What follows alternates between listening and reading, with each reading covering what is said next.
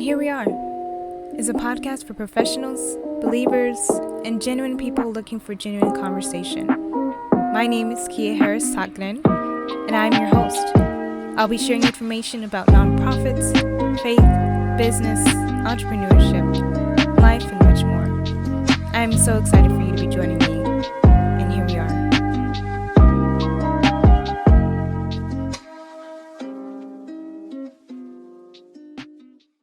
I am so happy to have you here with me today for this episode focusing on entrepreneurship. My name is Kia Harris Taklen, and I am a nonprofit strategist and educator. So apart from that, I do have other endeavors that I pursue. And so this podcast, as you know, is going to have a series of topics that we cover that are important to me. But today's focus is entrepreneurship, and I'm excited about this topic. This is the first episode to discuss entrepreneurship because it is so important for individuals, and it's something that a lot of professionals are taking part in. It's not something that's out of reach for individuals who are looking to pursue something and establish legacy. So entrepreneurship comes in a variety of forms. I can think of individuals who sell t-shirts in LA.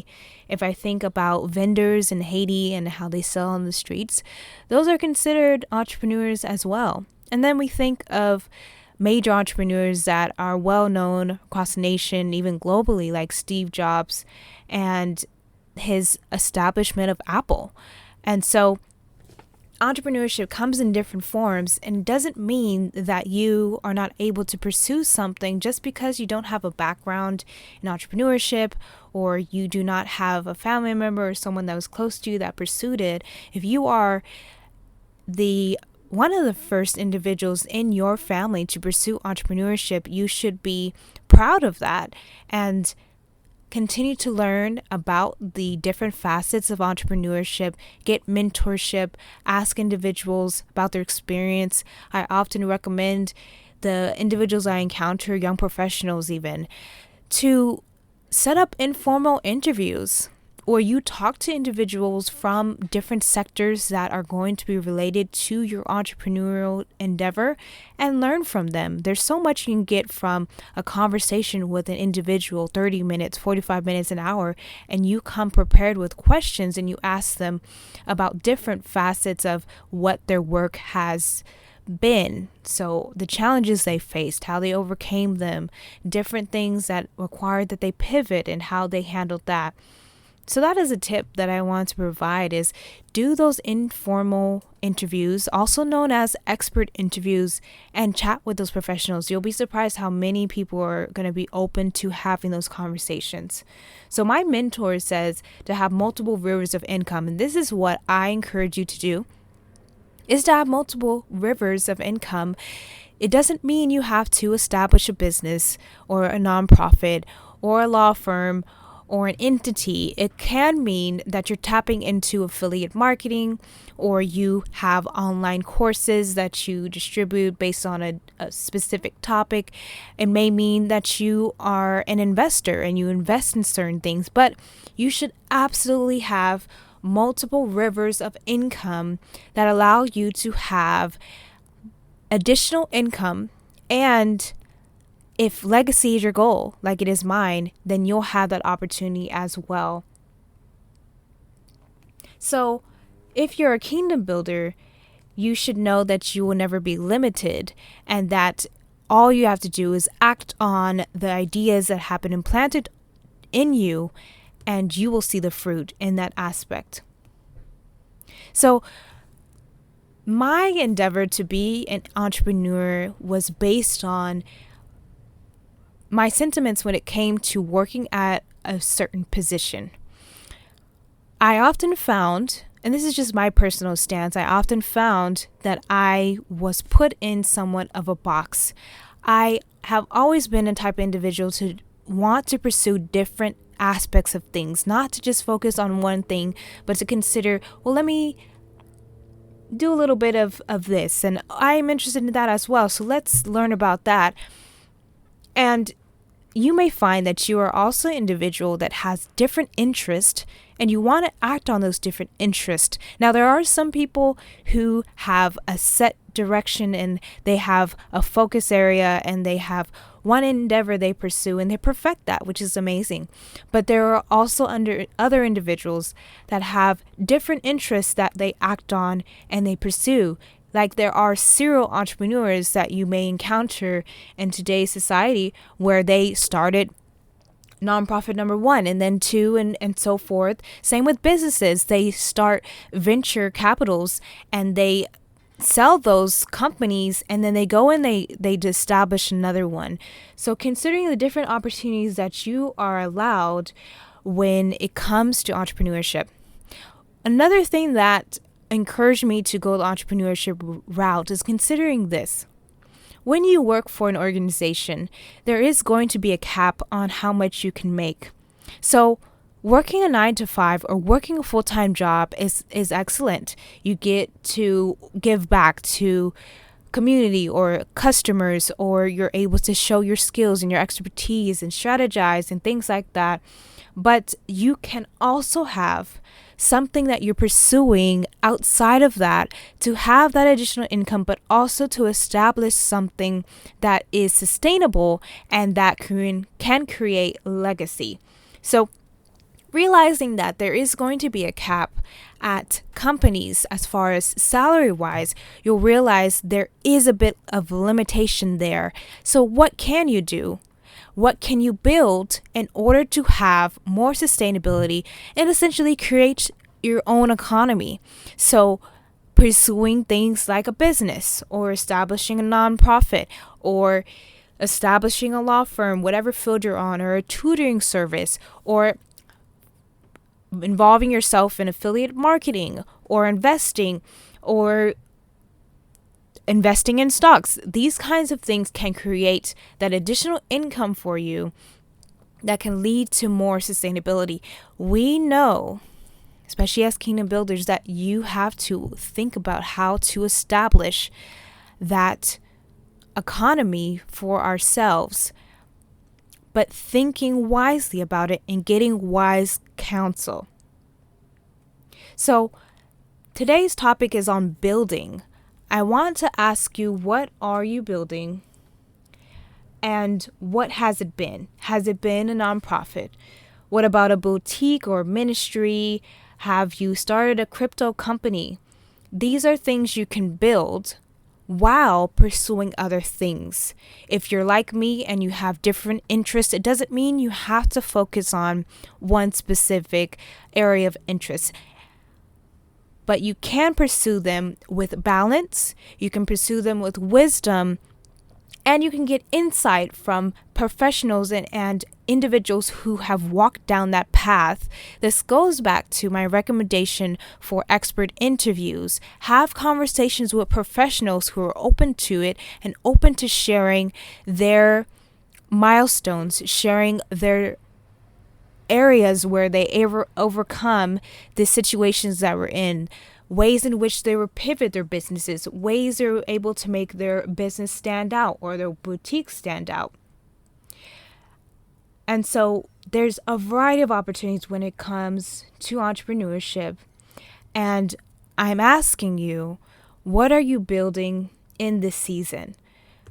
Building comes in different ways. It doesn't mean you have to literally go and buy a building or buy a piece of land and build in that aspect. It can mean something as far as continuing education. You're developing your skill set. You're touching on your soft skills. You're pursuing things outside of college, outside of the normal university, but you are pursuing something in relation to what your interests are and what you would like to pursue. One thing you should know is that everything begins at zero. So don't get frustrated when there are no customers, no shows for all your webinars you're doing, or you're serving just one or just 7. Be loyal to those individuals. Be faithful with the few.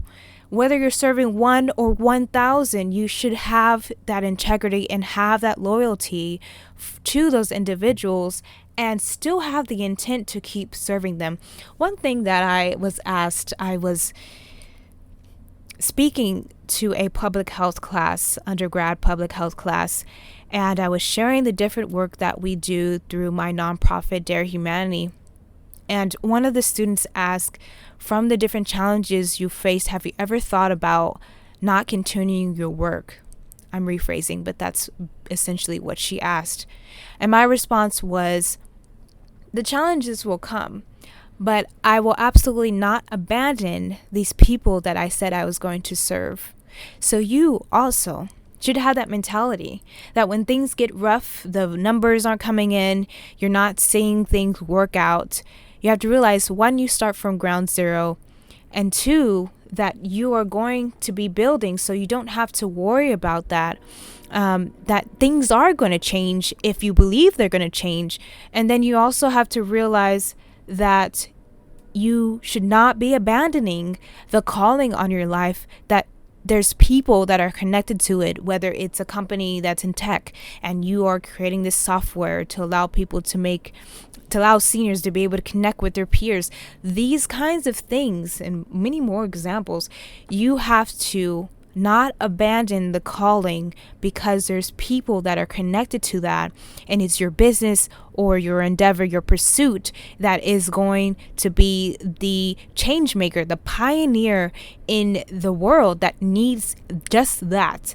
And it doesn't mean that not serving a small amount of people is not important. It is important, because you can have a speaking engagement or have a conversation one-on-one with someone and impact their life just by you sharing your story, just by you sharing your testimony. And so do not abandon that calling. Don't abandon it. Don't think that you cannot pursue everything that is of interest to you. You want to be able to accomplish everything you're called to do on this earth. And that is my encouragement for you today, is to continue with that calling. You also want to be consistent with what you have.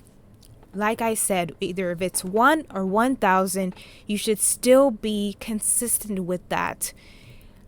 You may look at people online and you may say, well, they did it this way, and so let me try it this way. Do not do that. You can learn from others without copying others. The replication of things does not equal success. Success for you is going to look different for me. When these different things are said about, well, this is the game plan for how to make 100K in 1 year, you have to consider that your game plan is going to be different, and that your audience is different, your connection and the source you have is different, and the ability to gain that, the strategy is going to be different. So the step 1 through 10 may be different steps that are pursued versus the one that is given in this playbook or this PDF or this guide.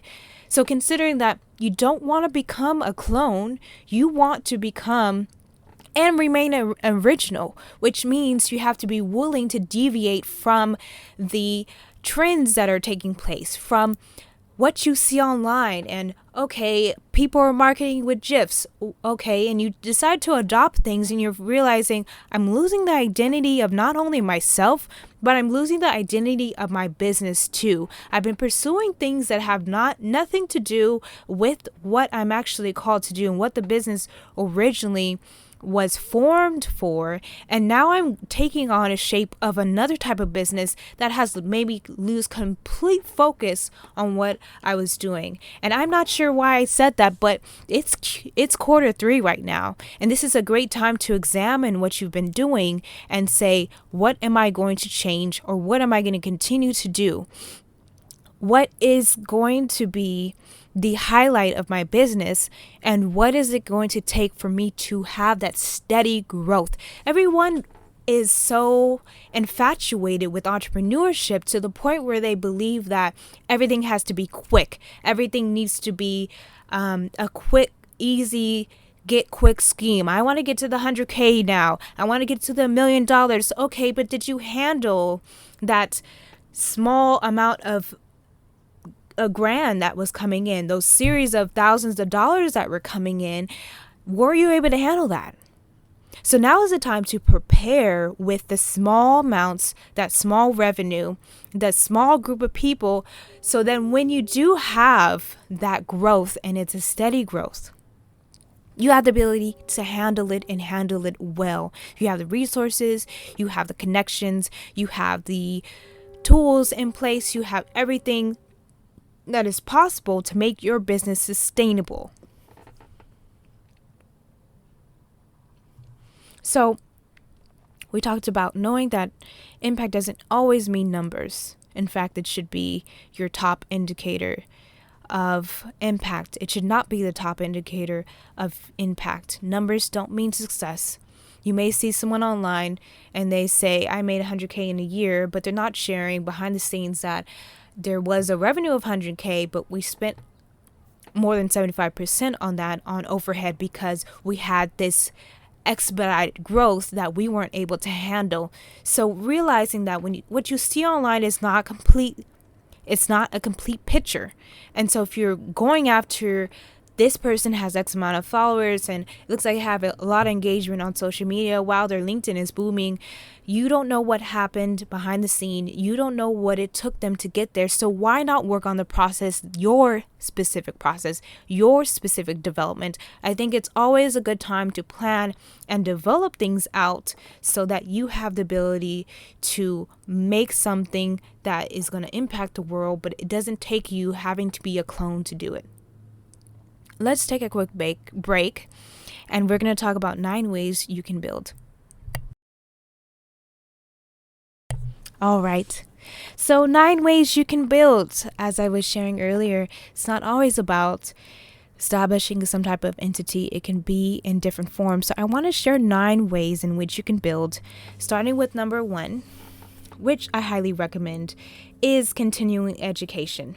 Now, education doesn't have to be something that is just when you are an official university or an official school or you're in an official enrollment. It can be something that you personally pursue. There are a variety of online platforms that allow you to study different topics that you may have not been able to study during undergrad or grad school, but now you have the opportunity to learn at low cost even, or with a significant investment into a specific topic. So if you're pursuing business, however, you do not have a background in business, it would be advantageous to pursue understanding business. So often I will implement learning different topics. Right now I'm taking a women's entrepreneurship course, and after this course I acquire a certificate. Why? Because my background is in the nonprofit sector. However, in order to be well-rounded, to be an individual that knows of different areas and sectors, this should be your intention as well, then you can learn different areas. And so I'm pursuing that to have a better understanding of the different sectors I intend to go in. So decide on a topic, a few topics that you can pursue in relation to what you are going to pursue as far as entrepreneurship, and set aside the time to do that. There are a lot of online courses that are self-paced, which are beneficial, so you don't have to worry about, well, I need to complete it by this date and time has been busy and I have X, Y, and Z and going on, and you can do it at a self-paced and you can pursue that. Number 2 is getting a mentor. So getting a mentor is important. I also want to highlight that you should utilize your mentor and not be afraid to ask for help. A mentor is going to advise you. They're going to be able to see something from the outside and give you sound recommendations and suggestions. If they're a really good mentor, they're literally going to tell you this is what you need to do and this is what you need to stop doing. They're a person who is going to allow you to think in a different way and challenge you. So getting a mentor can be something that's formal.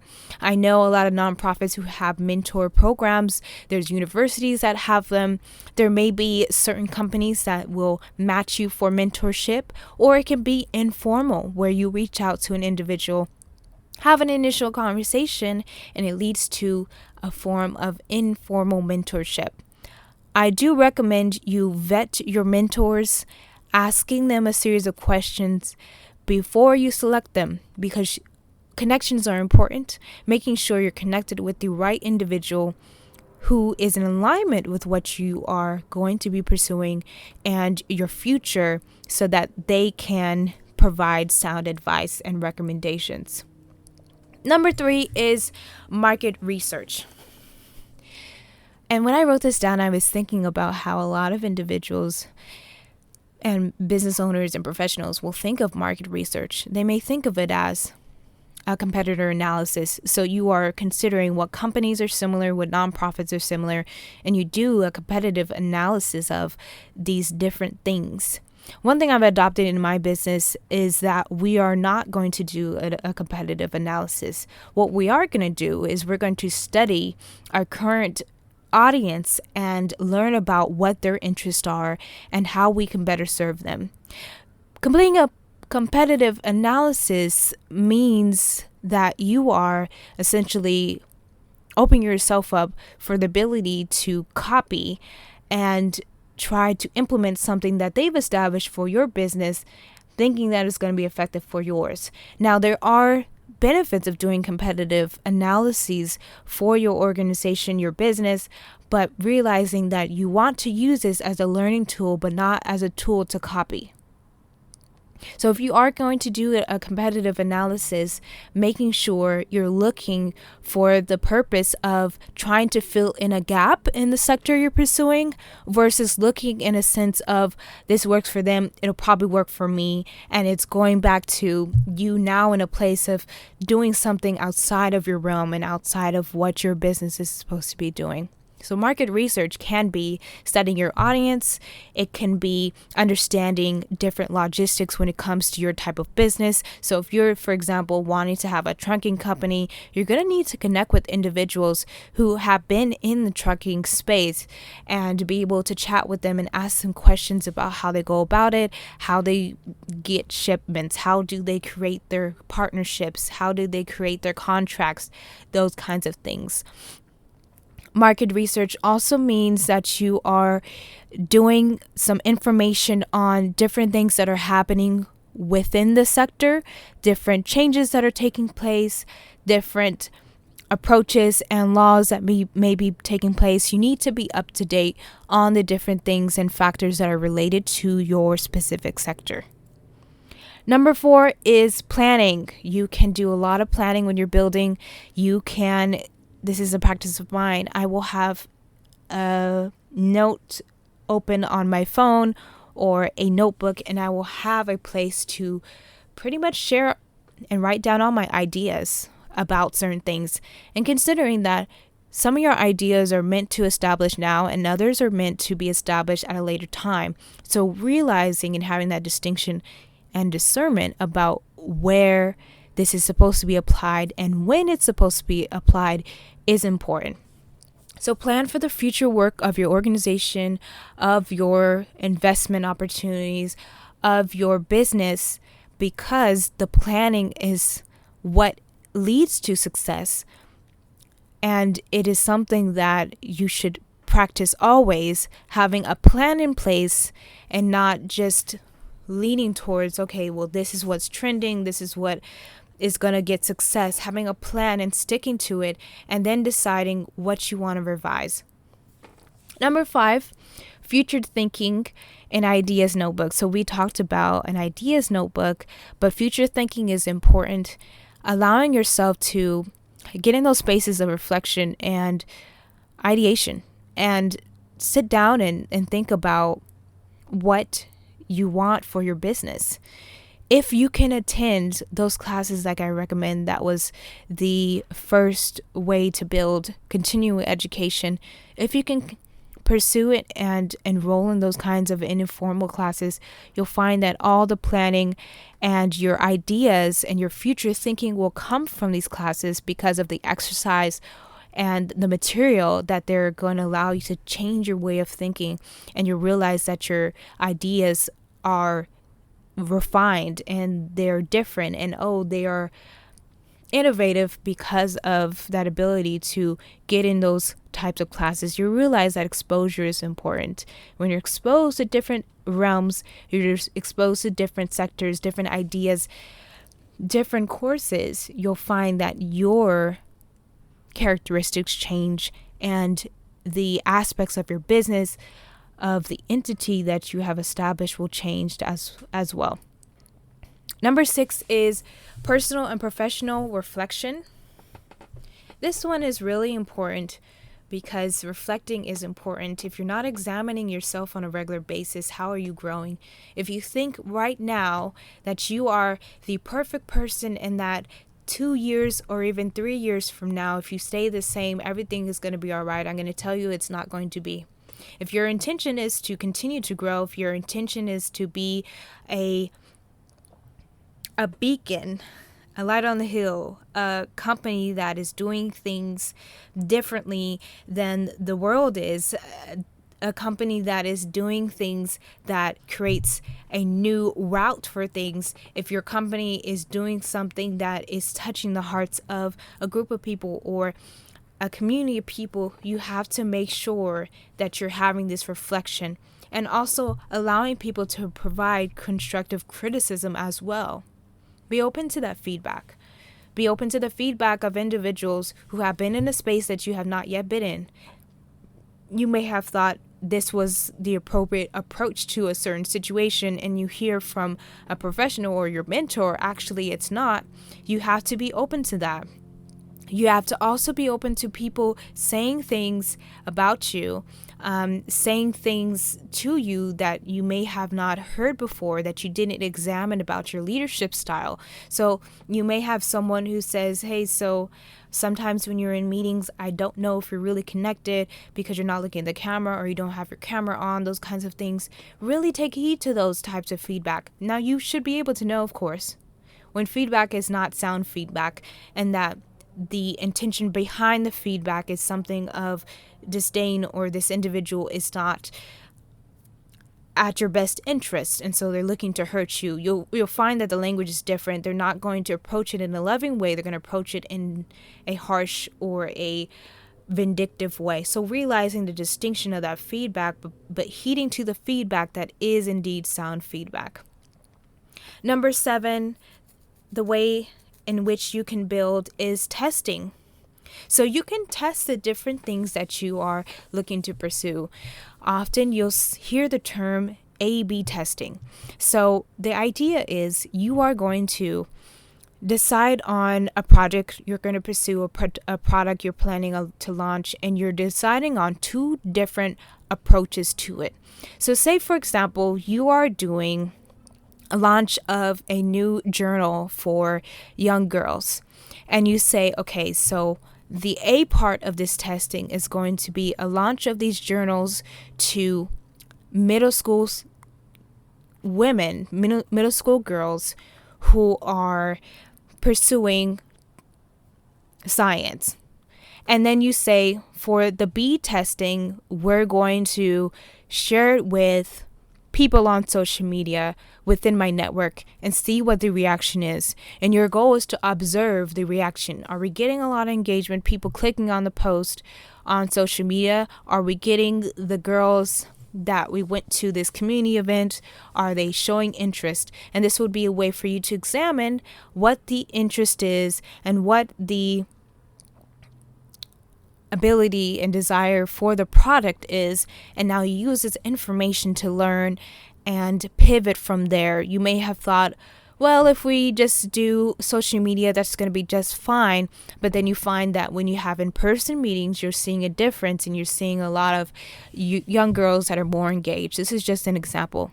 But testing is going to be important because not every idea you pursue or the approach is going to be one that is going to lead to that success. It may be that you need to tweak your approach. It also may mean that it's not time to launch. I've done this where I launched something and it wasn't the right time. And I saw the result of it, which was there was no one that was willing to pursue it at that point. So you have to also realize when it's time to step back and keep that in your notebook, your ideas notebook, and plan to implement that at a later time, because it's also about timing when it comes to the work that you're doing. Number 8 is resting. And this one is an excellent way to build. And I have learned the importance of resting over the past few months, where I've realized that when I rest, it's not something that I have to feel bad about. In fact, it's something I need. It's something I need in order to be prepared for the next season. We are now in a new season. We are also in Q4, but I personally felt a shift in the season that we're in. And so I know that there is resting that comes with that. If you have an understanding of what your calling is, you also have to have an understanding of how to balance and manage that. And part of that is rest. Take that time to do nothing.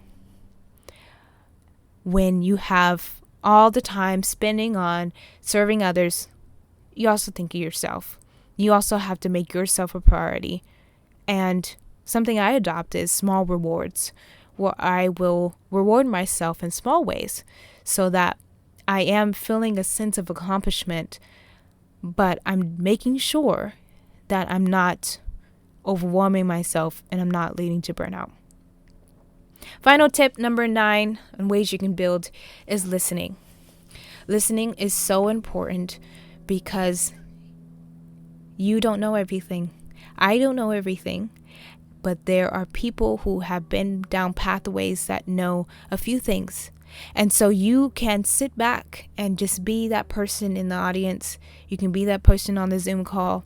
You don't have to say not a thing, but you realize the 1% that you're able to gather from that conversation.